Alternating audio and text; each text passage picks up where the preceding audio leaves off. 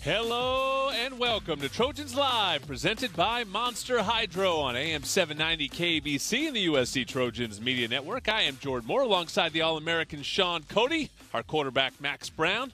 Coming off a comeback victory on the Palouse, we will sit down with freshman QB Jackson Dart, and the interim head coach Donte Williams is with us as well right away. Later we'll have our weekly football roundtable. We'll be joined by the great JJ John Jackson. You've got to train hard to play hard. Monster Hydro contains essential electrolytes and energy you need to perform at your best. Learn more at monsterenergy.com. Monster Hydro, hard charging hydration. All right, we bring in the head coach Donte Williams now. Coach, congratulations again on your first victory as the interim. And, you know, when we talked to you last week, the world was spinning and everything was happening fast.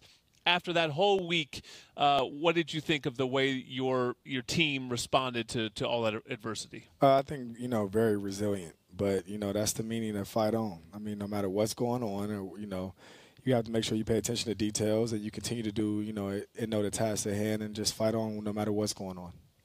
Coach, a little bit of everything in this one. We got crazy planes, we got rain, yes. We got quarterbacks coming in, we got eye black going on, Coach. After you got a chance to kind of digest this one, what was your take? How did you grade yourself out as your first time getting out there as head coach? To be honest, a C-. Oh, really? Yeah, I'm extremely hard on myself. Not bad in a blowout C-. Yeah, I expect still a lot more. It's a lot of things that I can do to improve. It's a lot of things I can do to improve to make sure the team's ready to play in the first half like they did in the second. I look at myself, no matter what I do, I want to be great at it. Otherwise you might as well not do it. Yep. So I still got a long ways to go, just like we got a long ways to go as a team. Coach, I thought the game blew open, or at least got back into USC's favor. End of the first half, about a minute 50 left. It's 4th and 9. You got a backup quarterback. You're on the road. It's wet. Things haven't been going your way. That decision to go for it and then throw the touchdown pass, what went into that decision? Was that something you guys saw on film? Is that something Jackson's calling, Graham calling? How did that play out? You know what? It's a coach believing in his players. That's what it came down to. When you have a superstar player telling you that, why are we kicking a field goal pretty much? Like, we believe in you, so believe in us. And that's what it came down to. That was a player trusting a coach and a coach trusting a player. Decided to make a decision, and the decision turned out great for us. Yeah, that's Drake London you're talking about, who encouraged you on that one. Jackson Dart as well. And Coach, I mean, we had heard good things about Jackson Dart. Had a nice camp. Had been around here all year and was playing well. He just looked so comfortable and confident out there. Can you speak to sort of his demeanor and mindset and how comfortable you were with him going in an adverse situation? A warrior. It's different for me because I got a chance to see him every day. He was here. He was a mid-year, so you get a chance to see him as a mid-year, and you get a chance to see the growth. It's different than when, as a coach, you come in, the guy's already a 3rd or 4th or 5th year player.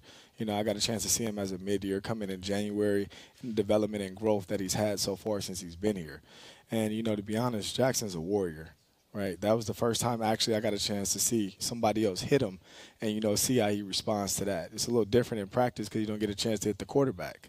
And, when I was a defensive coach, I always want to hit the quarterback. But now as the head coach, I'm like, please don't hit him. Don't touch him. Stay away from him. So it's a little different in that regard. And, he just battled, and just for Trojan Nation to know, Jackson right now, he's day-to-day. And we're going to save Jackson from himself a little bit. And he got a little dinged up.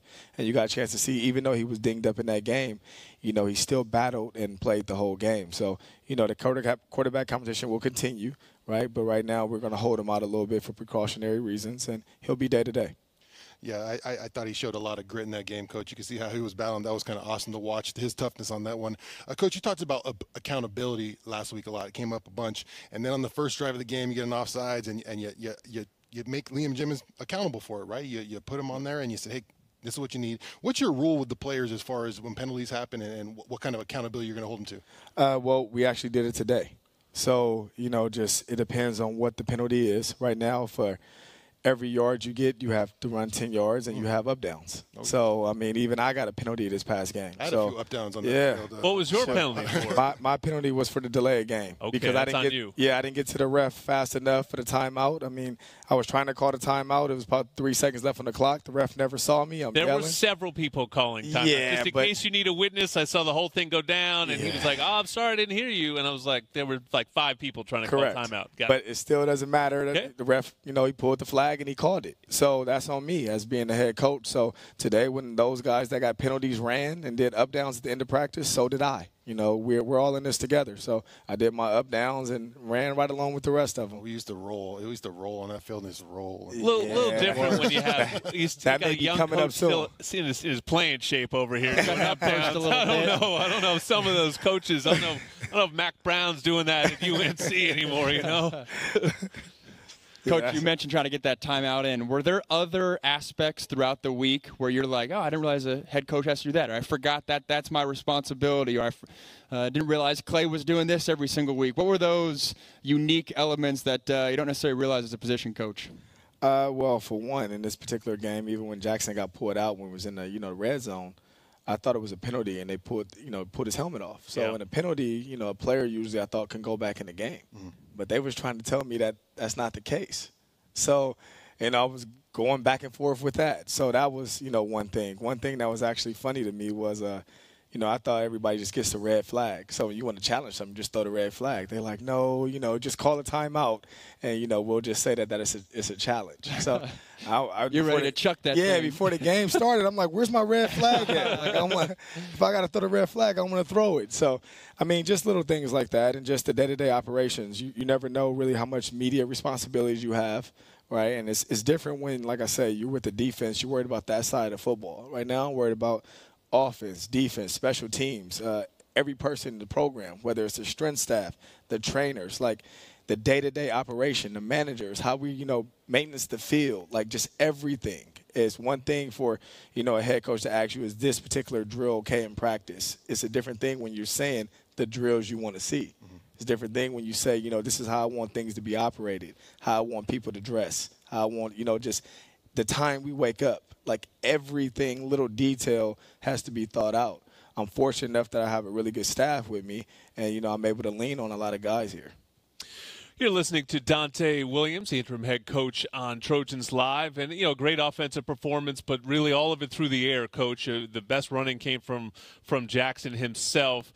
What do you want to see what did you see on film, and what do you want to see going forward in the ground game to get that sparked up again? Because it was pretty good in the first 2 games, but really disappeared on Saturday. The movement up front, it caused a lot of problems for us, and especially with the young tackles on the edge. And, you try to get the stretch play and the outside zone going, and, they were penetrating gaps a lot, and, they caught us. They're pretty much a cover 2 team, and we see a lot of drop 8.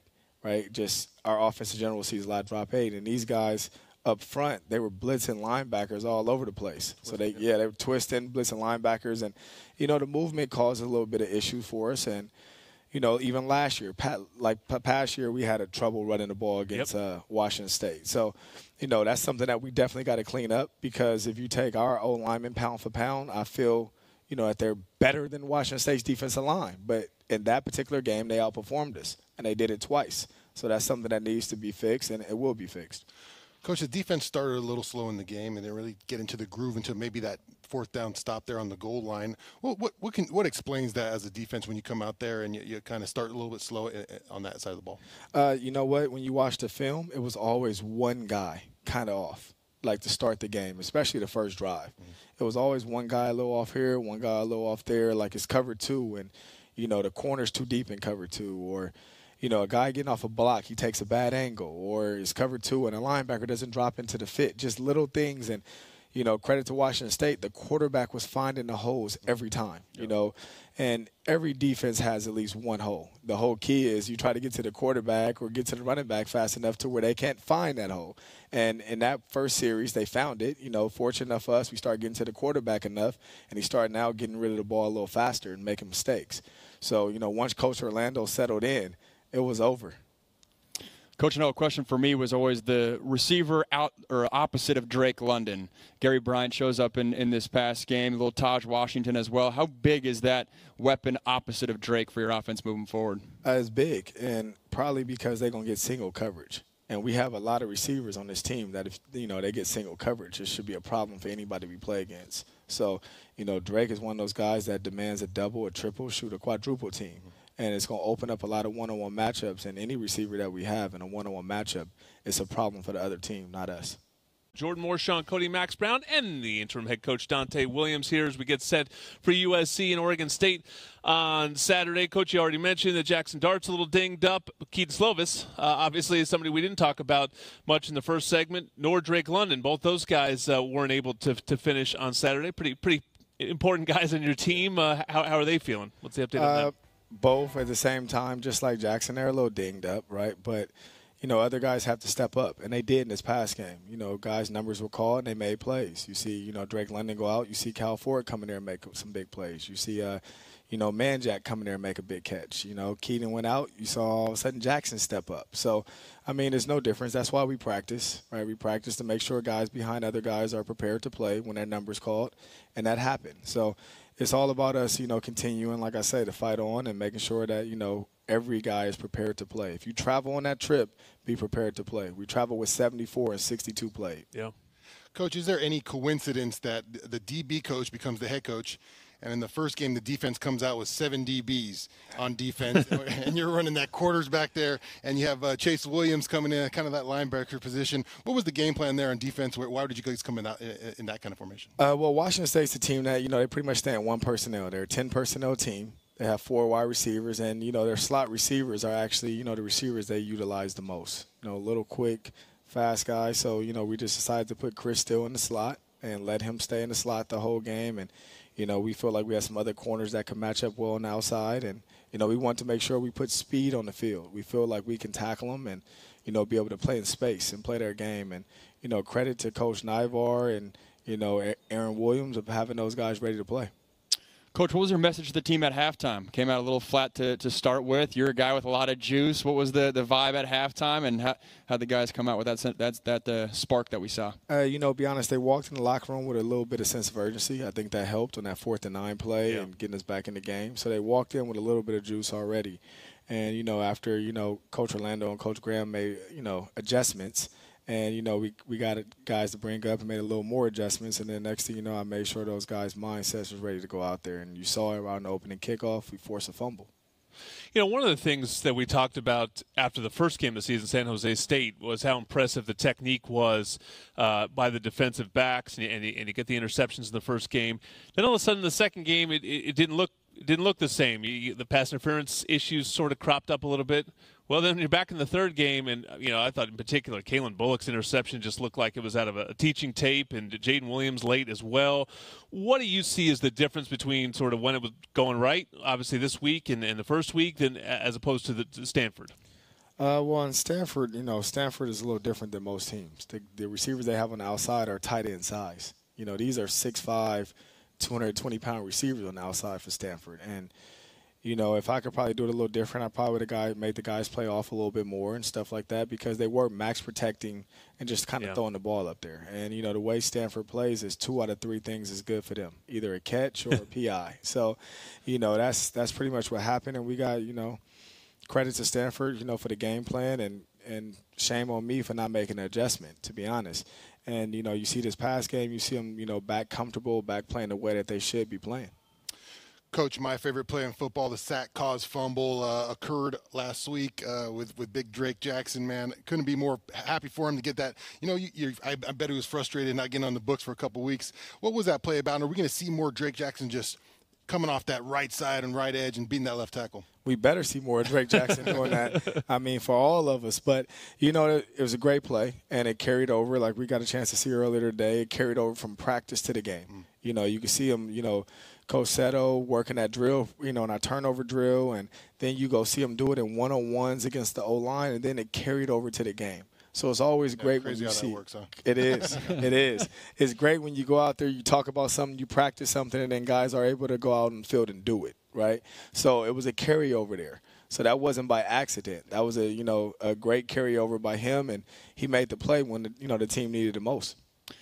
In any industry, any profession, anytime you get a new job, you lean on mentors, you call folks for advice and whatnot. I'm sure it was a crazy week for you. Who were those coaches or folks that you reached out to for advice or perspective on how to handle certain situations? Matt Rule was great, the head coach of the Carolina Panthers. He was great. He didn't call me quite a few times now, and we didn't talk. Tony Dungy was really, really good. Doug Nessmeyer was really good. Nuss. Yeah, Ness was awesome. Ness is my guy. Joel Thomas was good, running back coach of the Saints. I've had quite a few guys right now reach out that, Mike Riley is amazing, who I worked with in Nebraska. He was the head coach there and, someone I look up to. It was quite a few guys. Chris Alt. Yeah, you go down the list. Need a better network. That's a pretty good phone you got there. That's the names you got in there. Anything good? To be honest, even, I got a text message even from Aaron Boone, which was great. Booney. Yeah, so, quite a few guys reached out. I'm fortunate enough to have talked to quite a few guys. The little bit of free time I've had, they've been able to connect. Tony Dungy was in Florida, and I talked to him West Coast time at 8:30 at night, and he still was up trying to talk to me. So, awesome. Guys are helping out. Tell Aaron we got to figure out the bullpen a little bit. My Yankees have about 2 weeks left, Coach. We got to get in the playoffs here. Coach, last one. I know you're local and you went to Culver City High School. Where did you actually grow up? Where was your childhood home? Actually, about 2.5 miles away from here. So. Yeah, that's why I asked, because I'm just wondering. You're about to lead the Trojans out of the Coliseum Tunnel on Saturday as the head coach. What does it mean to a guy that grew up over there? To be honest, how many tickets can I get? Everybody that I could think of is, trying to come to this game on Saturday. So, it means a lot. This is a place that, is always dear to my heart. I grew up here. I looked up to a lot of guys who played here. I'm fortunate enough to know a lot of guys that have played here in the past. And, all those guys want to see it back in the glory days. And if we do what we're supposed to do right now here, it won't be the glory days then. It will just all of a sudden be what USC is all about. Like I told guys, that was a great win, right? It's hard to win. It's good to win. But at the same time, right, we shouldn't be too happy because that should be what's expected here, right? So that's, ha, ha, ha, he. We get a little hour in the locker room, and then after that, that's the expectations here. So all we got to do is just line back up and do it again. If we could have played that game again 3 more days in a row, the result, I hope, would have even looked different and better for us. Well, Donte Williams is going to do it again on Saturday, lead the Trojans out of the Coliseum Tunnel against Oregon State. We told you we had the stars of the week on the show. Coming up next is that QB Jackson Dart. You're listening to Trojans Live.